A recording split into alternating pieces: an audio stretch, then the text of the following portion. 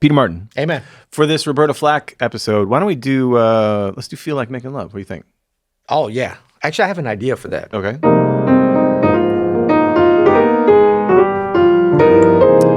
Yeah. It's a bit fussy, isn't it? A little ECM-ish, maybe? What about something like this? Like,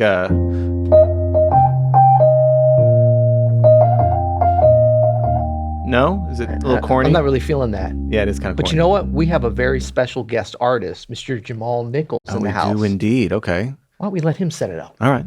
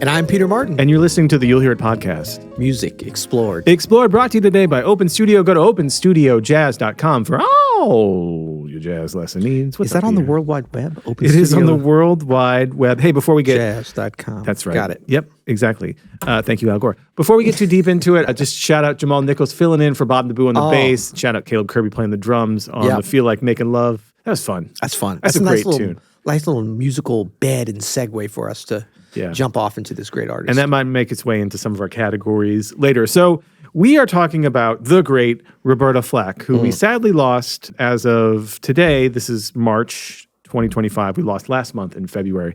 Roberta was born in 1937 in North Carolina and went on to become, I think, one of the more influential musicians of the late 20th century. It's actually hard to pin down, after her, who hasn't been sort of influenced in one way or another by the music that she made, the music she recorded, and the way that she took jazz and soul and everything in this beautifully restrained sound. Yeah. And her work in collaboration with Donny Hathaway, I think will resonate for years and years and decades to come.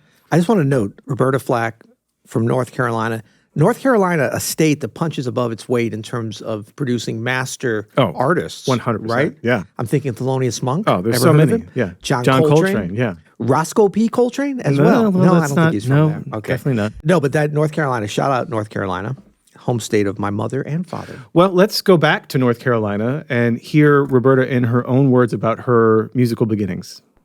These memories are actually of my church experience. When I got in the church situation, in the little Sunday school programs and Sunday school teaching situations, and they needed somebody to play Jesus Loves Me, this, that was me, you know? And I had a chance not only to please myself, but to please my peers, which even at 6 or 7, as a performer, is a really hard thing to do. You know, you can resort to thumb sucking in a minute. It's hard to play Jesus Loves Me. That's what I was doing at 6 or 7. So getting her start, like many musicians we've talked about, getting her start in church, playing the piano in church.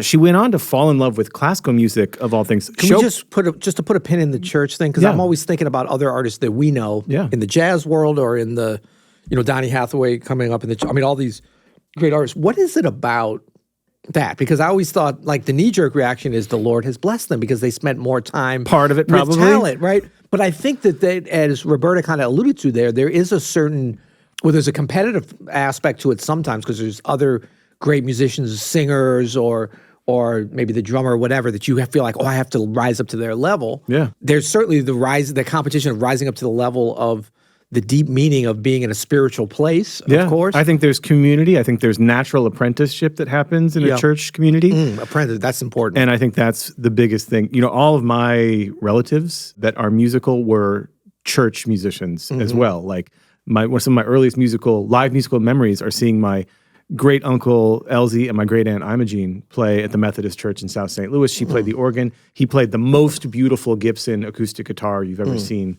And they were magical together. And I remember like singing along to those hymns and I remember like, I know them, and like, leaning over my Aunt Imogene's shoulder. And I think church is a great place for anybody to learn music because of that sort of like openness between generations. Yeah. You got someone who's doing it, very accomplished, doing it for a long, long time, and you have little tiny kids who are watching and learning. It's on the weekend. And it's on the weekend. It's on the weekend. Yeah, I think too. There's a little bit of trial by fire. If you're like, we need somebody on drums. Hey, kid, get up there. And then you're like, I've got to keep up. I've got to groove. Absolutely. And like also talent identification. Just a situation where you have access to instruments and voice and that kind of thing. Yeah. So Roberta starts in church, which her parents were very encouraging of, and then Roberta's also, by the way, super smarty pants person.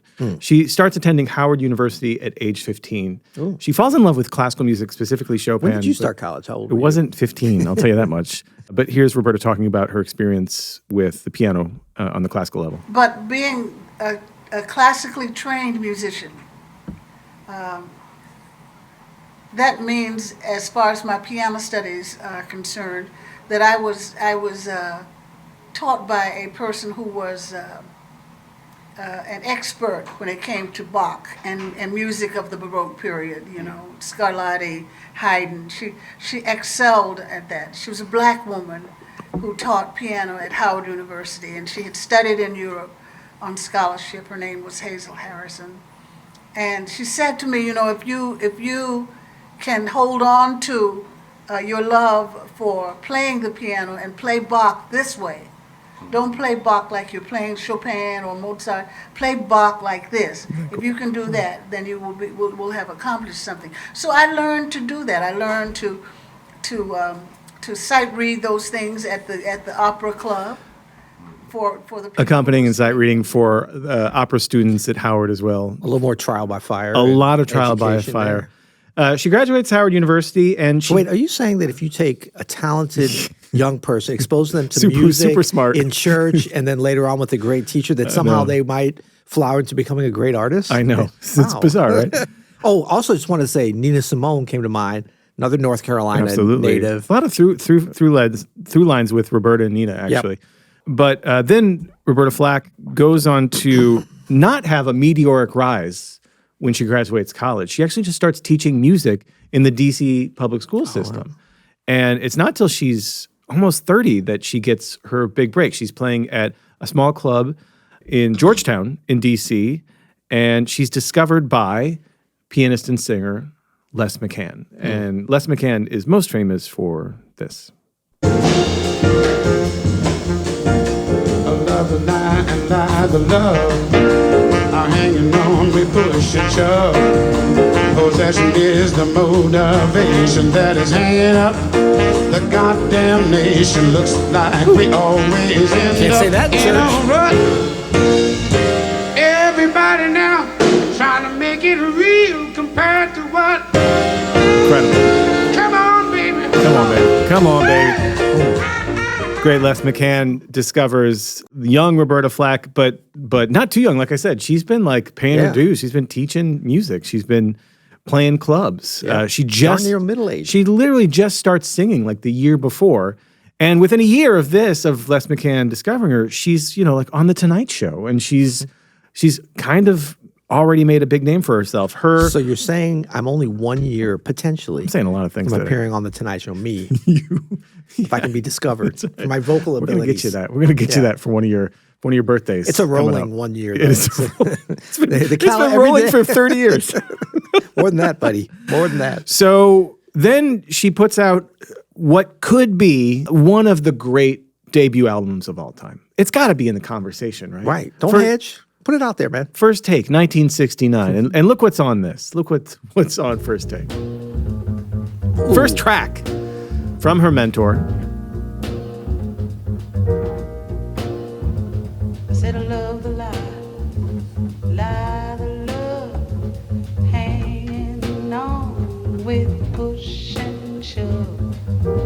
Possession is the motivation, hanging up the whole damn nation.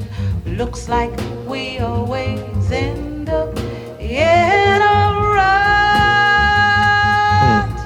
Trying to make it real, but compared to what? I mean, so this is why we're talking about today the subtle restraint, right? The quiet genius of Roberta Flack. Her ability to pull some of the most like heart-wrenching, soul-crushing vocals out of a very, very subdued style of instrument that she has with her voice. She definitely has like a horn where she can like resonate, but it's a lot of it is just like couched really, really low and really subtle. It's really incredible. I just want to highlight too the rhythm section on this for our jazz fans here. Roberta Flack's playing piano on this whole album, killing it, crushing it. We got Bucky Pizzarelli on guitar. How about that? We got the maestro himself, open studio artist Ron Carter on the bass, and Ray Lucas, on the drums and percussion. So like there is, a through line here to a lot of jazz. And some of the tracks on all of her albums, she'll do extended improvisation or like vibey sections that definitely resonates for 70s jazz fans. Yeah, I mean, it's got the openness, the space, the instrumentation of a jazz. I mean, I think this is jazz. I mean, I know that's a controversial take, and we'll probably talk about some other forays I've had into with that particular record, especially one track of defining that as one of the greatest jazz tracks of all time. But I'm going to put it out there. Yeah. Sue me. So after First Take, she puts out her second album, and just I could see your interest. We'll get to you. We'll get back to you. After First Take, she puts out her second album called Chapter 2. Yeah. Chapter 2 is also I think it's I hadn't really gone deep on Chapter 2, but check out Do What You Gotta Do from Chapter 2. Do what you gotta do. Do what you gotta do. This is Jimmy Webb composition. Men, I can understand how it might be kind of hard for you to love a girl like me. I don't blame you much for wanting to be free. Come on. I just wanted you to know that I loved you better than your own kin did from the very start. Such an amazing storyteller. Yeah. I mean, it's really where she shines. Right. You know? She didn't write her own music. She sang other people's songs, and like great song interpreters, she's able to just like pull your heart out. Yeah. Do what you gotta do. My wild, sweet love, though it may mean that I'll never kiss those sweet lips again. Let's Do What You Gotta Do from chapter 2. Beautiful, beautiful song. So she's just on a run now. 69 is First Take. 70 is chapter 2. 71, she puts out an album called Quiet Fire. 3 albums in 3 years. She's like going for it. And she's got a couple of heavy hitter songs on here, including Paul Simon's Bridge Over Troubled Water, which is an incredible rendition. It is a great one. There's so many great renditions of this, but I put this right up there. This is Quiet Fire. Again, Ron Carter on the bass. Sissy Houston on background vocals on this. Hubert Laws on flute. I don't know about this track. Hugh McCracken on guitar. Bernard Purdy on drums. Chuck Rainey on bass. And tears are in your eyes. I'll dry them all.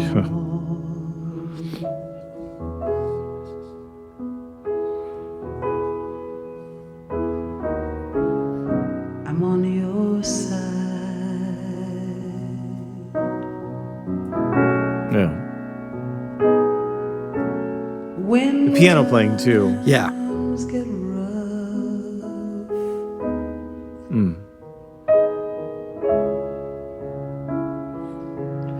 and friends just can't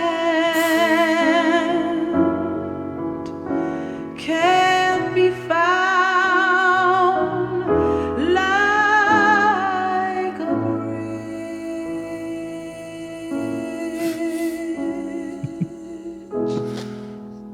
over troubled waters. I will lay me down. And Peter, you know me.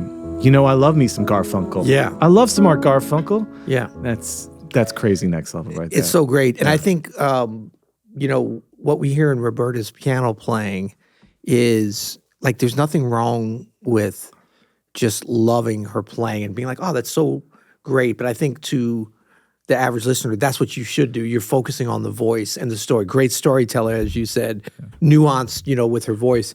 But I can tell you, like, if you really listen to how she's playing the instrument, and if you ever tried to play that big box and machine there, like to do what she does so simply, like there's so many little things. It's like, it's like any great artist. They make it look easy. They make it sound beautiful. Like it's what she's not playing. Yeah. It's how she's connecting. It's the those restraint. things. The restraint. The queen of restraint. Queen of restraint. But like when you play like that, you actually expose. There's some technical challenges that brings on to be able to keep it going. Like her just effortless, easy sense of groove on that, where it's just like the groove is there, but it's like nothing. There's nothing unnecessary. Like it's such. I can't tell you how hard it is to actually play like that without adding anything else. I couldn't do it. I mean, I can try it, and I have tried to duplicate her. I've certainly been influenced by her playing and other players like her. But to me, it's a very interesting way to play the instrument. Yes, you hear like the kind of control when she talks about the classical training she has. It's kind of obvious when you kind of look back and you're like, oh, okay. But then there's the church influence. There's like the harmonic influence. And then that's not even talking about that she's accompanying herself while she's playing, which is not an easy thing to do. And so it's just one of those things where it's like, there's nothing crazy flashy about it unless you're a pianist and you actually listen and you're like, oh shit, great. It's really great. And so it's always fun to hear this kind of playing, Another single from Quiet Fire is another hit song from another artist, Will You Still Love Me Tomorrow, written by Jerry Goffin and Carole King. Great tune. A lot of ballads on today's episode because Roberta had the Roberta Flack. Storm is a brewing. There's a quiet storm a brewing. Shh, don't give it away.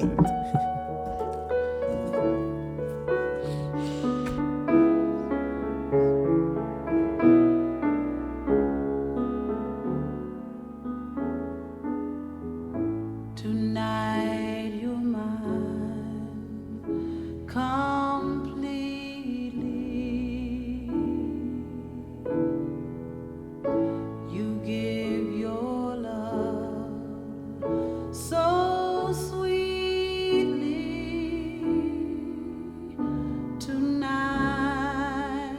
great song.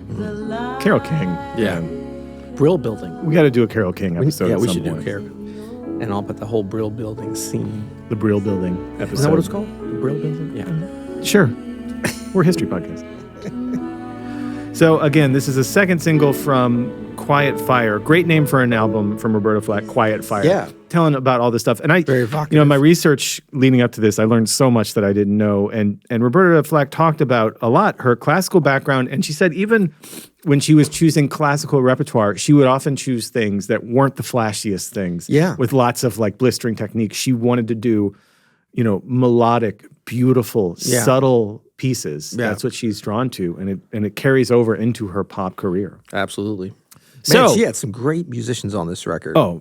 Joe Farrell, Hubert Laws, Dude. Les McCann, All Bernard of her Purdy, albums in the Chuck 70s. Rainey, who was on a bunch of her records around that time. Bunch of killers on it. Okay, so now we're going to go backwards because at this point in 1971, after this, in 1972, a movie comes out directed by Clint Eastwood called Play Misty for Me. Yeah. And one of the songs on the soundtrack is from Roberta's first album in 1969, First Take, and it's this, which becomes by far her most massive hit up to this point. 3 years later.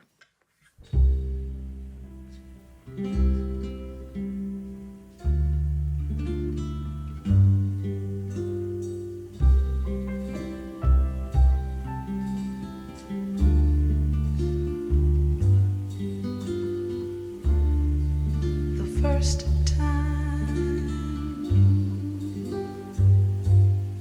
ever I saw your face, I thought the sun rose in your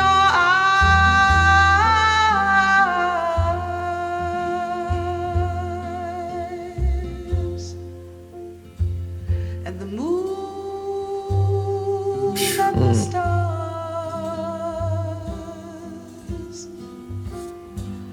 were the gifts you gave Of course, Ron Carter, Yeah. fifths. to the dark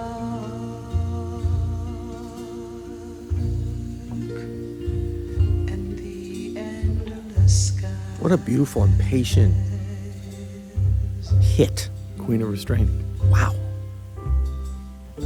Oh, And the first time A great song by UK songwriter Ewan McCall. ever I kissed old Ewan. And this was in the Clint Eastwood movie, right? Yeah. Actually, I don't know if Ewan was UK or Ireland, but British felt Isles. the somewhere over there. Over the In somewhere. in that island region. move in my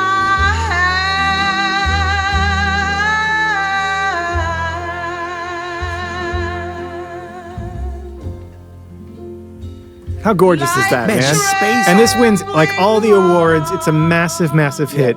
And it's from 3 years later. She's just on fire from something that's 3 records ago, 3 albums ago, Even then, I think that was very unusual. It's pretty Although unusual. films could do that. Films definitely could do that. And, Clint Eastwood, huge fan of jazz Yes.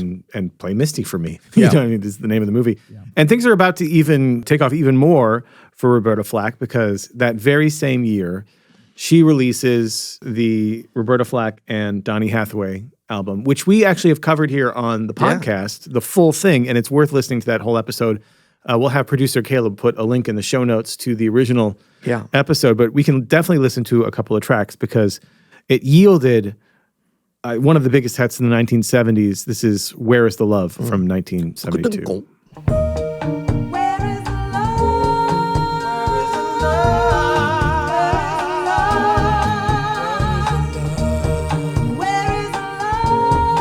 Where is the love? Chuck Rainey on electric bass here. Where is the love you said you'd give to me? Bernard Purdy on drums. You were free. Will it ever be? Where is the love?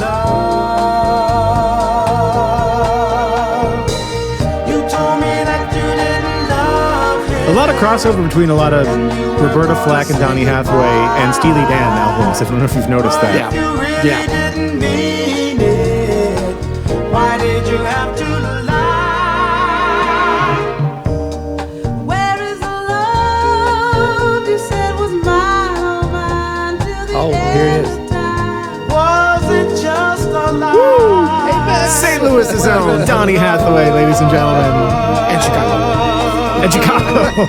If you had had You know, I think that Roberta's like restraint, Donny a little. I mean, he really had that kind of restraint element, but a little bit more in there. But for every like this way of, even though this is not a ballad, that kind of musical philosophy to like the space and stuff enabled so many cool things to happen on these tracks. And every time I hear it, like Chuck Rainey's iconic lines on here and his very restrained playing, but then Chuck at Rainey. little places where he's throwing in these little fills and Purdy's just like right in there, but then these little details, that kind of restraint and space and architecture enables for all these little special classic moments. I'm so glad you mentioned Chuck Rainey. He's all over, you know, a lot of these Roberta Flack. Ron Carter, Chuck Rainey are like taking the bass seat. There's a lot of Bernard Purdy on this stuff too. I think Chuck Rainey, Bernard Purdy, they set an archetype for a rhythm section in the 1970s that has been, frankly, replicated ad nauseum by other folks, and for good reason, because they're just incredible together, great chemistry together. So there's one other hit here from another Carole King song, You've Got a Friend, that I wanted to highlight. One of my favorite all-time tracks in the 1970s. Do you like a heavy pan on your Fender Rhodes? I do.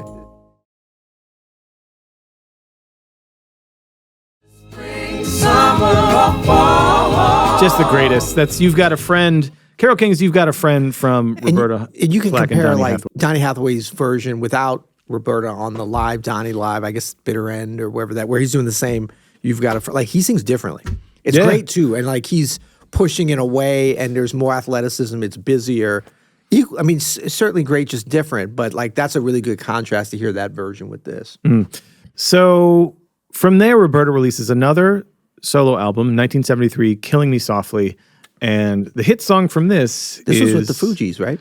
We'll get to that. This is Killing Me Softly with his song. So this is a, man, I went on a little bit of a deep dive on the history. Controversial song. So written by Charles Fox and Norman Gimbel officially, but... The inventor of the gimbal. Nope. Okay. But a young lady named Lori Lieberman claims to have been not just the inspiration, but they actually took this story from her diaries, from her real life. And they were arguing about this song until, I believe, Norman or Charles, one of them passed in like 2018. Like they are...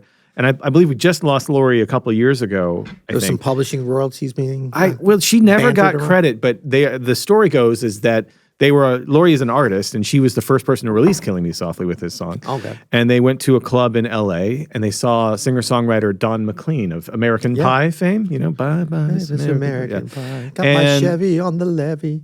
And Lori claims she wrote in her diary some inspiration for what would become Killing Me Softly with this song, and then these two They gentlemen... were killing her softly with a lack of royalties being They mailed to her. apparently, but there was controversy about it. Now, Lori's version never really went anywhere, her original version. However, Roberta Flack heard this song and turned it into something magical. With his fingers, singing my life with his words, killing me softly with his song, killing me softly with his song, telling my whole life with his words, killing me softly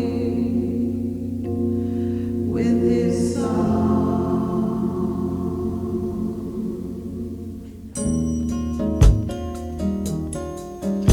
Eric Gale on guitar, Ron Carter on the bass, Grady Tate on the drums.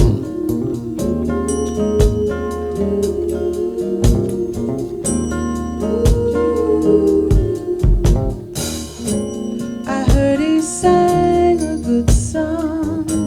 I heard he had a style, and so I That's a hell of a came bass to drum see sound. him to listen for a while. And there he was, this young boy, a stranger. It's the greatest bass drum sound, man. man. 1973 bass drum sound is the Very peak good. bass drum sound. Peak. That's the Apex kick. mountain. It's when the kick kicks. Right. Like you feel like you're being Killing me kicked. softly with his song, killing me softly with his song, telling my whole life with his words, killing me softly with his song. Gorgeous.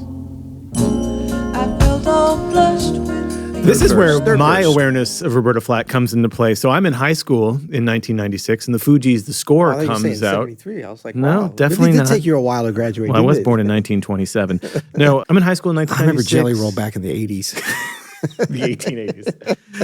High school, the score comes out, the Fugees, and That was a big record. it was a huge record. Yeah. And I had like my first real like long-term girlfriend Wait, at you the were time. in that in high school in the 90s? Buddy. Late 90s even. Really? In high school? I'm old. Wait a second. No, you'd be young then. 90s. I was in high school in the 80s, my friend. Yeah, I graduated in 97.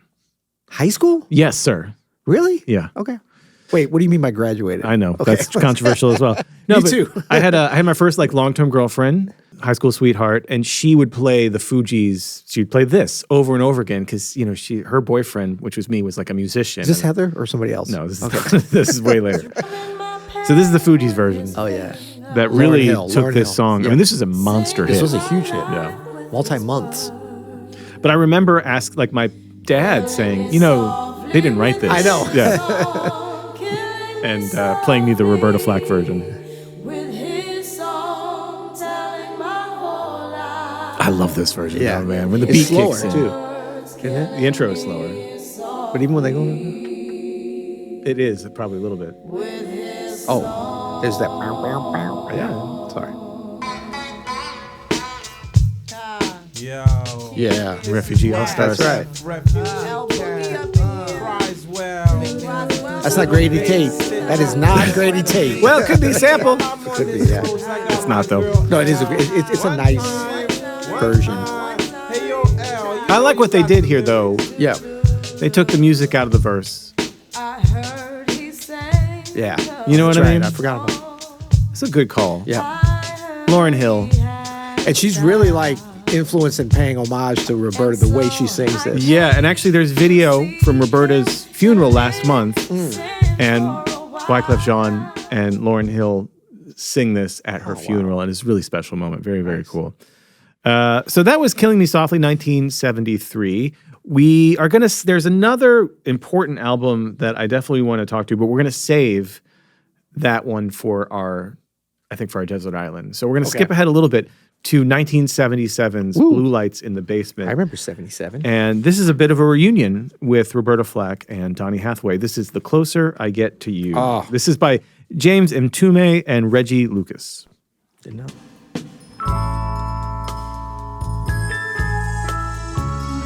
So good. Oh, my God. The phaser strings. This is like forward-looking to early 80s, like great pop ballads. We're getting there. Yeah. We're getting there. Yeah, this was on the cutting edge. This is Quiet Storm. Yeah, Yeah. it is.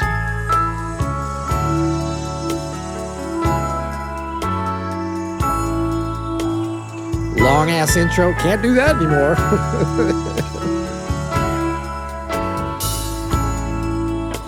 The closer I get to you,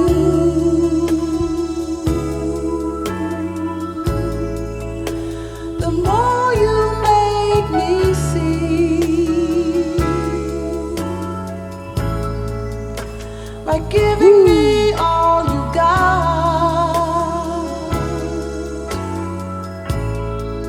your love has captured me.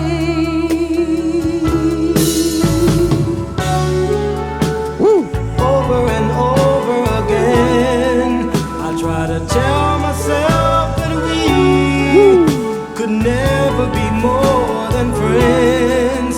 And all the while inside, I wasn't in high school in 1977, but I feel like I would have danced, slow danced Oh, yeah. to this. At a mixer. Like when this comes on, all the boys hiding in the corner are like, all right, we got to dance with our girls. Right. Closer I Get to You. So good. So sadly, I was in first grade. the Roberta Flack and Donny Hathaway make another album in 1979. Donny passes away later that year, tragically. And the last track I want to hit here is another duet where Roberta found actually enormous success in 1983 with a duet with Peebo Bryson. Yeah. I was just thinking about that. Speaking of like 80s ballads, yeah, band, I'm in middle school now. I was going to some dances. You're probably dancing to this. I was the dude standing over at the side. And when this comes on, DJ puts on I'm like, Tonight I Celebrate My Love. You're like, Jennifer? I celebrate my love for you. It seems the natural thing to do. Tonight, Peebo. no one's gonna find us. We'll leave the world behind us. I just want to sing like that. When I make love to you. If I could do that. I said this with the Johnny Hartman thing. I give all the money in my bank account. I celebrate my love for you and hope that deep inside you'll feel. The Grady Tate bass drum was peak bass drum. This is not. Early 80s. We started to lose some stuff in the 80s. yeah. What we gained, we lost. That's true. Gain some, we lose some. Can't have everything. Can't have it. And I just wrote down my first quibble. When I make love Good. to you tonight. Roberta was. There's another Jerry Goffin tune with Michael Masser. Excuse me. The I songwriting celebrate was my love for Still. you. And the I remember hearing midnight these chords and being like, how do you play that? I couldn't figure is it out. gonna come shine. Little 2-5 to the 4 chord. It's like you have to have the right voice into it. There'll be no distance between us. Yeah, you got to get the going in the voicing. Yeah. Yeah, I think this was too, like, Roberta was such a great duo vocalist. Like, what a big part of her heritage, of her lineage. I mean, not her lineage, just, what she did. It was it's so cool. I mean, like, we talk about her piano playing, her beautiful singing, the restraint, the accuracy and the musicality that probably came out of her piano playing, kind of be the leading force of her music, and then the vocals coming later. But her ability to play, to comp as a vocalist with others the same way she could comp with herself in terms of playing. This period, I love this Roberta period. This is when I first got hip to her, just hearing on the radio and stuff, and it dances, whatever. But it did, like this, as I started to learn her earlier stuff later and got into the Donny and Roberta record Deep, which was probably at least 10 years later. This period, I did miss her piano playing. That was the main thing. I know. Like a lot of like Nat King Cole. I mean, all these great vocalist pianists. And Roberta really deserves to be in that group of top 10, top 20 pianist vocalists of all time. I'd say top 10. But invariably, they fall off with the piano playing because they become stars. And and what you lose a little bit, I think, in the 80s and beyond is some of the earthiness that I think she was so great at living in. Yeah. I actually kind of hint at it here when we get to some of our categories, but like her sound in the 70s is so grounded. Yeah. It actually reminds me of like my mom and my aunts in the 70s wearing like earth tone, like women like wearing earth tones and just a lot of like grounded earthiness. Like, I don't know. She feels like in the 70s, it's like, have you been here before? Like, how are you this young and like you feel like just grounded an authenticity, with life, confidence, but an organic. I mean, not USDA organic, but just I understand what you mean. Authenticity, totally, and like maybe a little Mary Mecco thrown in. Yeah, I don't know. In the digital age, I think you lose that a little bit. Like we mentioned the kick drum in 1973. Like there's something about it that oh my god, when you hear it, it feels like there's a puff of smoke. That comes out, and it could have been a puff of marijuana smoke in the studio back in 1973 that's coming out. You know what I mean? But like Muggles, what? That was the Louis Armstrong. Thank you. Reference to marijuana. We were all wondering. But yeah, I agree with you. And we'll talk about maybe more of that in Quibble Bits. So let's get into the categories though, Peter. What well, and it's just like the keyboard, like that was very much what you're talking about, that 70s earthy, salt of the earth. Maybe I'm mixing my references now. Possibly. But the earth tones thing, the piano very much lends itself the way she played the piano. 100%. But then this is kind of like as beautiful and as nostalgic as this is with that DX7 sound is great, but it's kind of the opposite. It's like, it's not earthy. It's supposed to be terrestrial or something. Yeah. Extraterrestrial. You know, we're getting into like plastic clothing. And you know what I mean? We're well into the 80s where we're going in a different direction. Neon, exactly. No, it's true. It feels like spacey and, you know. Yeah. We're going to the mall now. We are going to go into the mall. So, Desert Island Tracks. So, here's what I got, man. Okay. So, this is the album that we skipped over, 1975's Feel Like Making Love. It was the song we played here in the intro. And this is the track I go to a desert island with from Roberta Flack. I friggin' love this song. This was written by Eugene McDaniels. So, here's Roberta's version. Strolling it.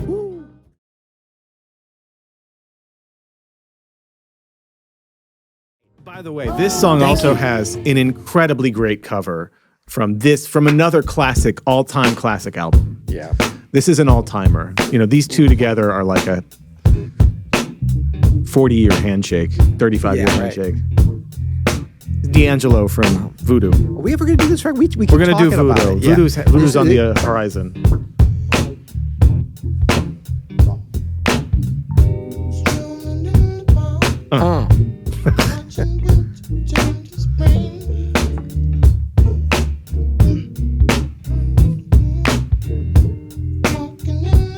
That's a good bass drum sound. Talk about hi-fi. Questlove or somebody.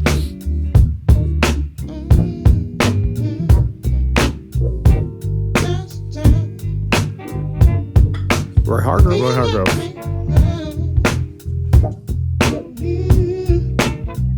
Hey. Detail-oriented. We could do a whole series on detail-oriented studio recordings that slay. SLEIG. Voodoo's got to be on the list for some deep research. You know, one thing I want to note here that, of course, you know, Roberta Flack, not known for writing songs. She didn't write Killing Me Softly that the Fugees covered. She didn't write Feel Like Making Love that D'Angelo covered. There is no question that they're covering her version of it. Like those covers, D'Angelo's Feel Like Making Love doesn't happen without Roberta's. No. And same She owned the goes, song. for She owned sure. the song. Like it's not even just the composition. It's she created a vibe that other artists want to include in their. Even on some of the other songs that were covered really well by a bunch of people, huge hits like the Carole King tunes and stuff like that. She's still like she stakes her claim, you know. Peter, your Desert Island track. My Desert Island track. Well, let me find that again. Did we establish that? Oh, trying times. Okay, so that all that playing at the beginning. So full disclosure, I do have this as my #1 track of my 10 greatest jazz albums of all time. Most popular open studio video of all time. Very well. I mean, I haven't checked lately, but it was well over 1 million views.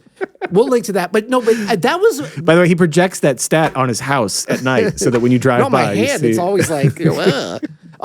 The thing about it, what's interesting, like I have a bunch of controversial. It's a contrarian list. Sue me. Literally, people are. I'm currently in litigation on that that YouTube video. DeBossier, we're bringing back DeBossier. DeBossier are hard at work for us. But this track, like, I got nothing but delight. But like, so many people were like, "Oh my god, I've never heard that. Thank you." Yeah. You know, so I love that. I love these like. So is it jazz? Is it Black American music? Is it R&B? It's Roberta. It's Roberta Flack. Yeah. That's my Desert Island track. That could be on one. Like that's my top 5 or 10. I'd be fine like to mix it up with that being my only track on the Desert Island. You know, I got to tell you something. Yo. As I get older, the whole, if you get stuck on a desert island, it's not a stuck for me. It's more of like, is that a retirement plan? Could I get a few records and take them to a desert? I'm down with that. Is that a possibility? Don't come save me, anybody. So you're saying there's a record player on this desert island. Is that true? And that's all I need electricity for. It's all good, man. Gilligan's Island style. Okay, so bespoke playlist style. If this was a bespoke playlist on Spotify or Apple Music, I've got a couple good ones and I got to redeem myself. So I do have Earth Soul because, again, like especially the 70s, early 70s, Roberta Flack, there's an earthiness to the soul of the music to me that feels just very grounded, very like I've been here before. You know what I mean? Just very, very authentic and connected to to the earth itself, to the ground itself. Like it feels like something that's always been here. One of those musical moments, so important. Yeah. I also have Rhodes Pop. Rhodes Pop. Like a Rhodes Scholar, but doing pop music. But like Rhodes Pop, like literally the Fender Rhodes Pop. Right. That's good. I'm a little late on this one, full disclosure. Yeah, no. Greatest duos ever. Good. But good, not great. But now I'm thinking too, ladies that slay singing and play. Sing and play. I can make this rhyme. Ladies that slay, sing and play. Perfect. Because I'm thinking like who else ladies that slay, sing and play. Yeah. Am I got allowed a rhythm to say that? to it. No, because I'm thinking like Shirley Horn. So this is a playlist in 2005. Is that right? It seems like a 2005 title. Right. As I'm sitting at home watching Entourage with my father, laughing at how topical all these jokes are and how even-handed they are between the genders. Yeah. No. I'm just thinking. No, these are like. They really just couldn't. It's not just ladies. Actually, the ladies are the ones I'm thinking that would be at the top of this list. I'm thinking Shirley Horn. What I'm talking about is like equal or at least near equal mastery as vocalist and pianist. Got it. Right? Got it. Nina Simone, obviously. Roberta Flack, obvious. Nina Simone, Nat King Cole. You putting Aretha in there? Great pianist. Aretha, yeah. Aretha. Probably a little, totally Aretha. Yeah, so that's kind of a fun playlist because that's stuff I like to nerd out about. Cool. Yeah. On an Up Next, what do you think is like the preferred Up Next album if this was streaming? I have a couple. I have Marvin Gaye's What's Going On. I think would stream really well next to this. And I also have for a little bit more contemporary, Who is Jill Scott? Oh, nice. Yeah. I like that. I think there's a sensibility that's similar. Yeah, I would say Donny Hathaway, Extensions of a Man. Yeah.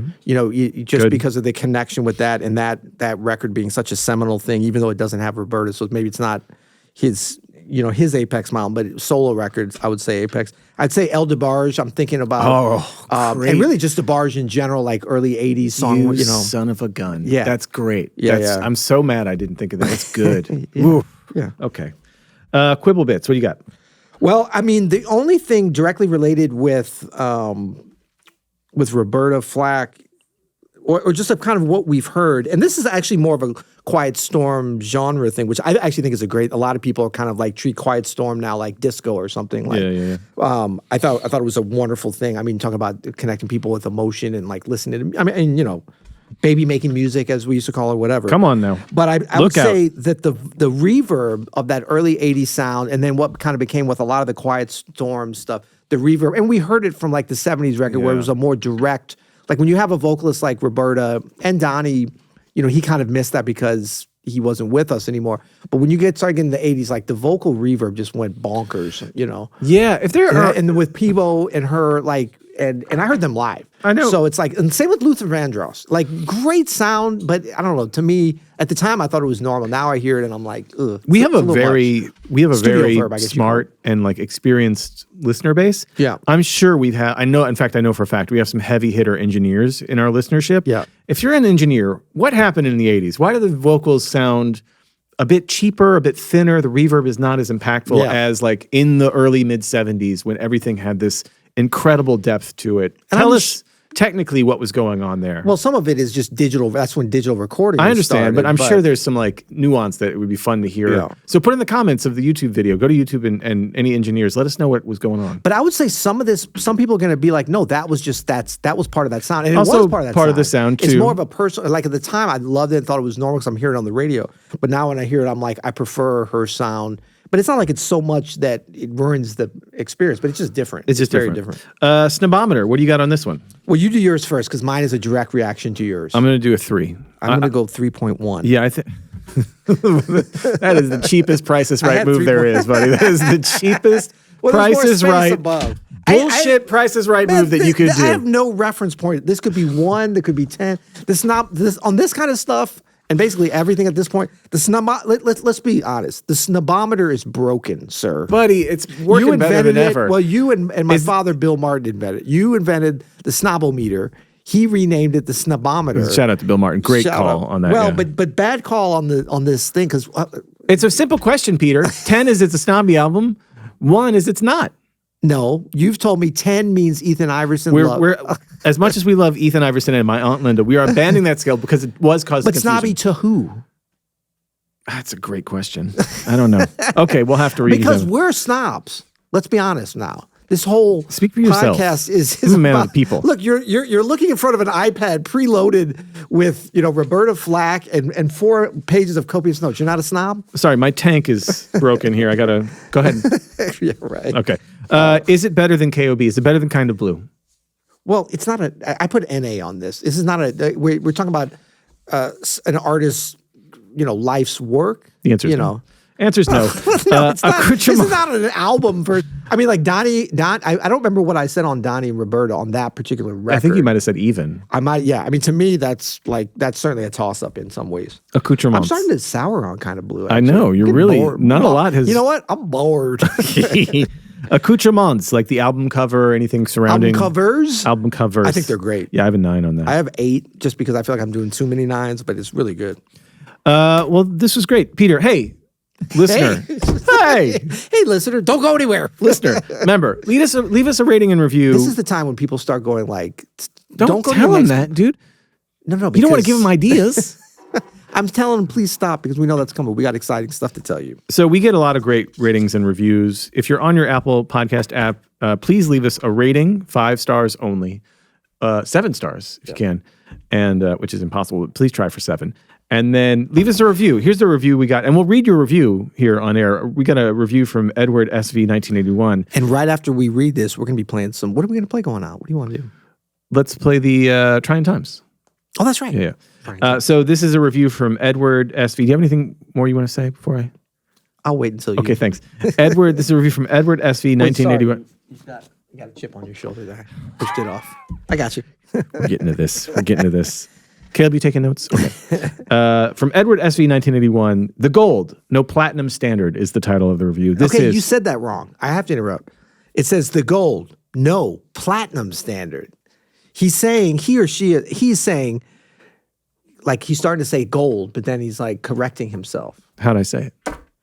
You said The Gold, No Platinum Standard. No, I said The Gold, No Platinum Standard. Yeah, that's kind of like. Where's the comma in the sentence? It's right right there. Ask me if I'm a businessman. Are you a businessman? No, I'm a businessman. Shout out Jay-Z. Okay. The Gold. The Platinum Standard. This is 100% my absolutely favorite music podcast. So much so that it persuaded me to become an Open Studio Pro member. That's not nothing, Peter. Hey now. That's a great product in and of itself. But focusing on the podcast, I'd like to express gratitude. I came back to music after a severe injury, likely took my favorite sport away from me. Open Studio, more than just about anything else, restored the joy of playing music for me. I'm inexpressibly grateful for that. It did so by taking a person who lost art in his life and replaced it with extremely tangible and measurable interests and a similar profession. I was struggling with reconnecting to the simple joy of playing and listening to music versus trying to just grind on improving while feeling insecure about my abilities.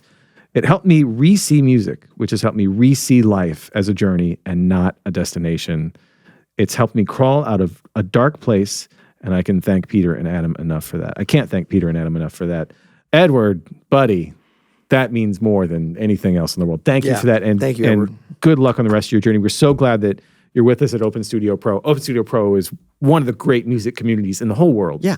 Live classes every folks day, from around the world, filled with incredible 6 days folks a week. like Edward who are on this musical journey. And I love that you said that it's about the journey, not the destination. It's so easy to get caught up into like, I got to achieve this, or I got to learn this, or if I just had this part of my playing, or if I just listened to these albums, then I would be good, then I would be this, then I would be that. And if I just did this and had this gig.